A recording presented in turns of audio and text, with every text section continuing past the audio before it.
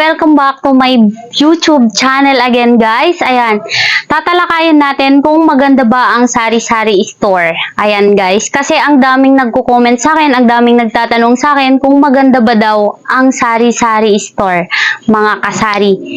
Yes, of course, maganda po ang sari-sari store. Maski ang dami nagsasabi na maliit daw yung kitaan sa pagtitinda ng sari-sari store guys. So guys, hindi ako magaling na mentor. Syempre, i-share ko lang sa inyo kung ano based sa naging experience ko guys ngayon. So para sa akin guys is maganda yung sari-sari store guys, kasi huwag mong sabihin na kahit konti, yung konti kasi pwedeng dumami. So let's say sa sample ko sa inyo, yung ito C2 na 1 case guys, ang puhunan ng C2 is I think nasa 295. Ayan, 295 yata, hindi ko sure. So, ang bentahan namin dito guys is, dati kasi ito is 305 pesos ang isang case. Ayan, ito, isang case ng ganito. So, ngayon, binabaan namin siya ng 298. Actually guys, ang C2, meron kaming deals. So, may discount ako dito.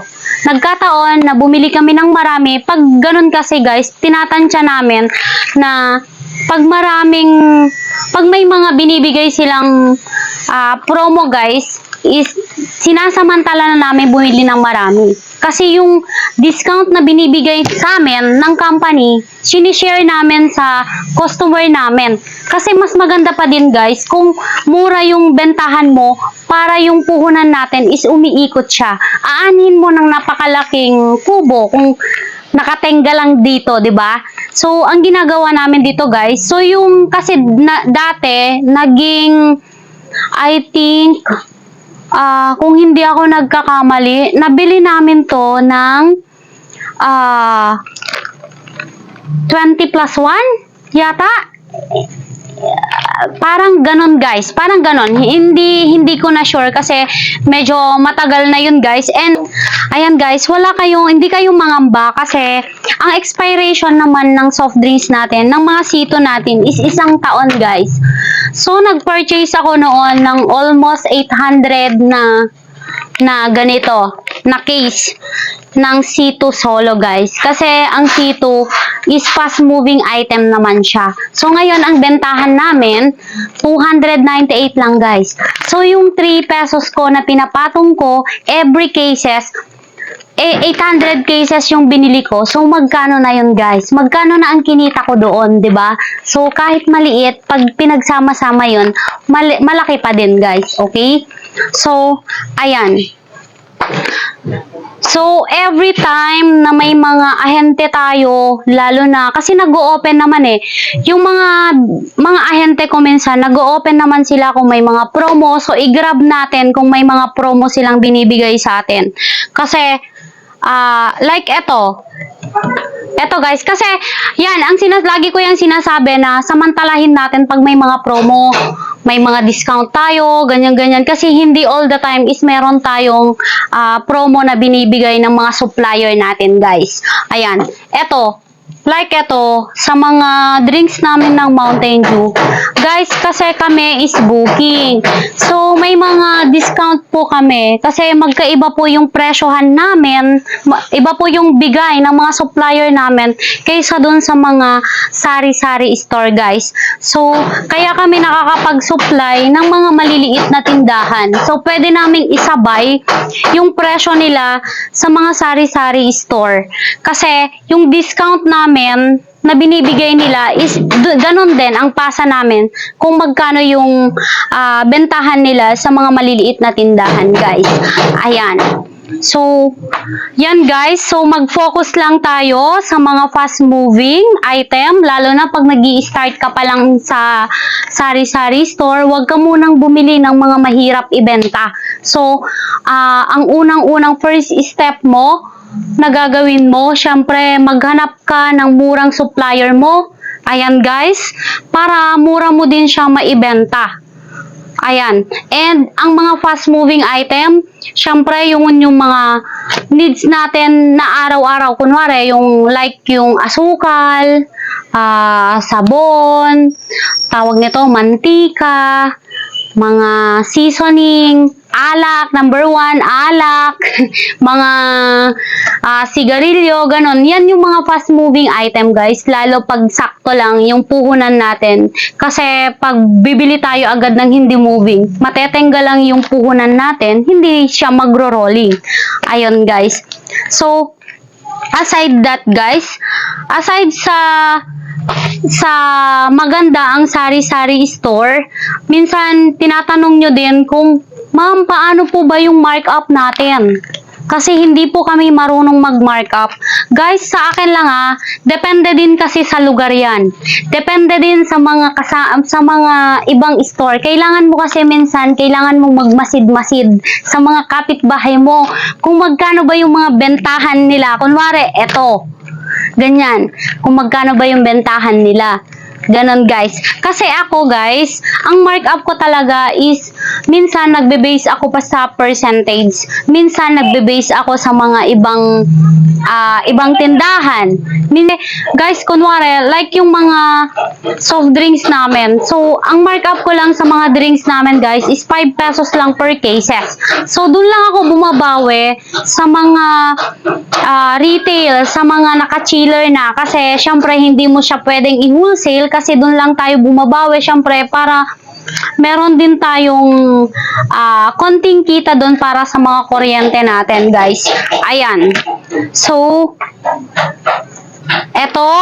nandito ako ngayon sa sa bagong extension namin. So, ayan guys. So, nakikita nyo, for the meantime, lagi-lagi muna ako dito sa place na to. Magi-start na nagbe-vlog kasi gusto kong ma-explore etong extension namin. Kasi minsan, ayan, shout out sa lahat ng mga customer namin, sa lahat po ng suki ng Rosel Store. Ayan, kasi napapansin po namin na madalas na may mga customer po kaming nahihiyang pumasok guys. So ayan. So lahat ng mga item namin sa harap. So eto nilipat namin dito sa extension namin kasi gawa nga ng widening, kuha tayo dun sa harap. So nandito na lahat kaya wag na wag kayong mahihiyang pumasok kasi side by side yung pintuan natin guys. So meron doon, meron din dyan. So open po lahat ng mga suki or sa lahat ng bumibili ng Rosel Store na pumasok dito para makita nyo yung mga iba pang item namin dito. So, syempre, nandito yung mga sunbig light namin at saka yung mga bigas namin. So, dati kasi to nasa harap. So, ngayon, nandito na siya sa extension, mga kasari. Ayan. Tapos, yung mga mantika namin. So, lahat ng mga soft drinks namin na nakikita nyo. So, nandito na siya sa extension. Ayan, guys. And, sa mga naghahanap din ng mga mineral namin na malalaki. So, actually, meron kaming dinisplay sa harap at saka meron din. So, nandito yung mga ibang tubig namin, guys. Ayan. So, ayan. Wag na wag kayong mahihiya kasi ang dami pang item dito sa loob, mga kasari. Ayan. So, nakikita nyo? Ayan. So, madalas na every time ng bungad ng vlog ko, dapat dito ako para masanay kayo na meron pang extension ng Rosel Store na kung saan nakalagay yung mga soft drinks, mga alak namin, tubig, and mga pampaganda. Pabango, ganun guys. Tapos, andito din yung mga bread namin guys. Eto siya. Ayan. Ayan, so nandito yung bread namin. Ayan guys. Tapos yung egg is nandito. Ayan. Then, yung mga chicharon namin. Ito, actually, nagkamali ako sa vlog ko nung nakaraan. Kasi, nasabi ko to na toothbrush. Supposed to be toothpaste pala to. Toothpaste, hindi toothbrush. Sorry, guys. Sorry, mga kasari. Ayan. So, ayan, guys. Punta tayo sa labas para makita nyo yung sinasabi kong kuha tayo ng widening. Okay, let's go.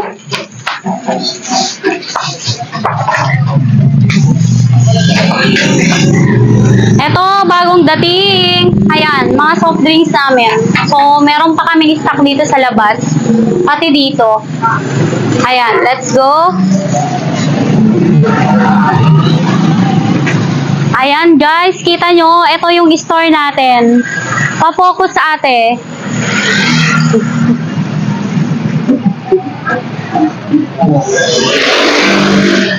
Ayan. Ate, dun ka para kita nila. Ayan. So, andito yung store. So, etong store na to, dito sa harap guys, is matatanggal to soon. Kasi kuha tayo sa widening. Ayan.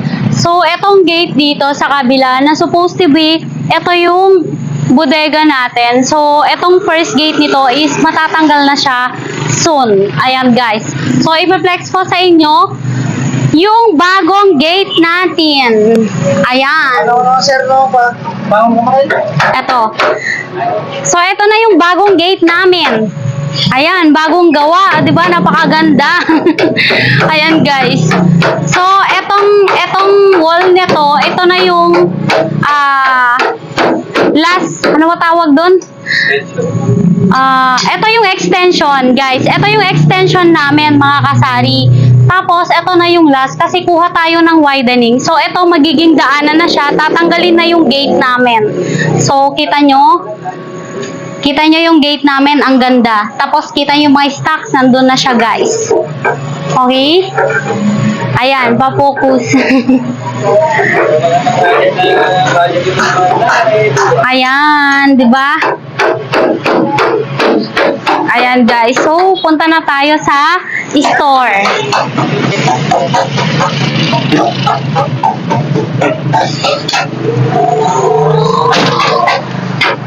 Ayan, shoutout sa lahat ng mga wholesaler dyan. Ayan, napakamura, legit 100% na napakamura yung soft drinks namin guys, mula 1.5 to 8 ounce. Ayan, full stock tayo ng mga soft drinks, mga suki. Ayan, so pasok tayo.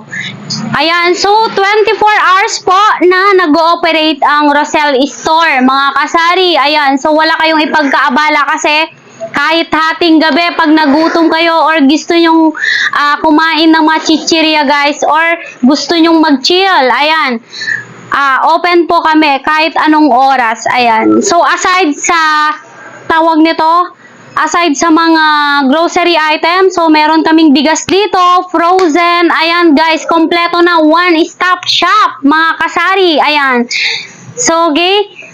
So, kung may mga concern kayo or may mga katanungan kayo, paki-comment down lang po sa vlog natin. Then, yun, para yun yung tatalakayin natin sa next vlog natin. Ayan. Thank you, guys!